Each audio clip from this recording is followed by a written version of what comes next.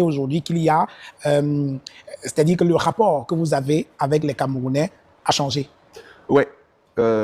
Au fait, et c'est triste, mais j'ai l'impression aujourd'hui que, au fait, j'ai le sentiment d'être rejeté par les Camerounais. Pour quelle raison, je ne sais pas. Et il y a eu certains événements, et le plus récent.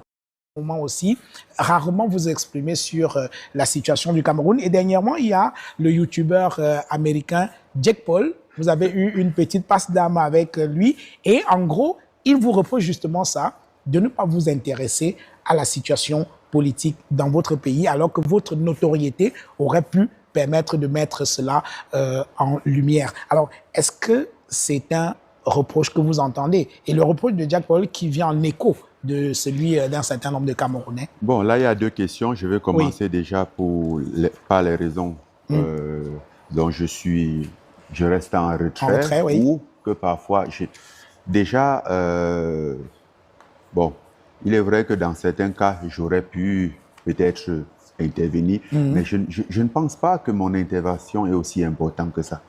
Et parce que très souvent, est-ce que vous vous sous-estimez? Non, c'est pas me sous-estimer, mais c'est la réalité. Aujourd'hui, il y a des gens qui vont dire, oui, mais il n'a pas parlé. Et je me dis, mais je parle et ça change quoi? Et je me dis, soit vous ne comprenez pas l'ampleur du problème, soit vous m'avez pris pour un super-héros que je ne suis visible.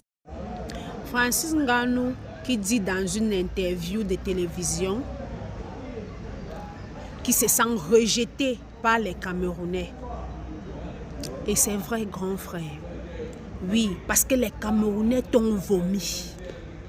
La jeunesse camerounaise a dit non à ce que tu es en train de faire.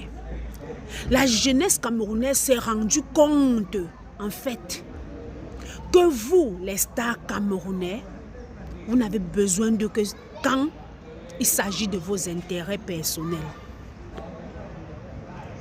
La jeunesse camerounaise comprend enfin que quand c'est de leur côté, quand ce sont eux qui crient, ce sont eux qui pleurent, vous les stars camerounais, vous faites la sourde oreille.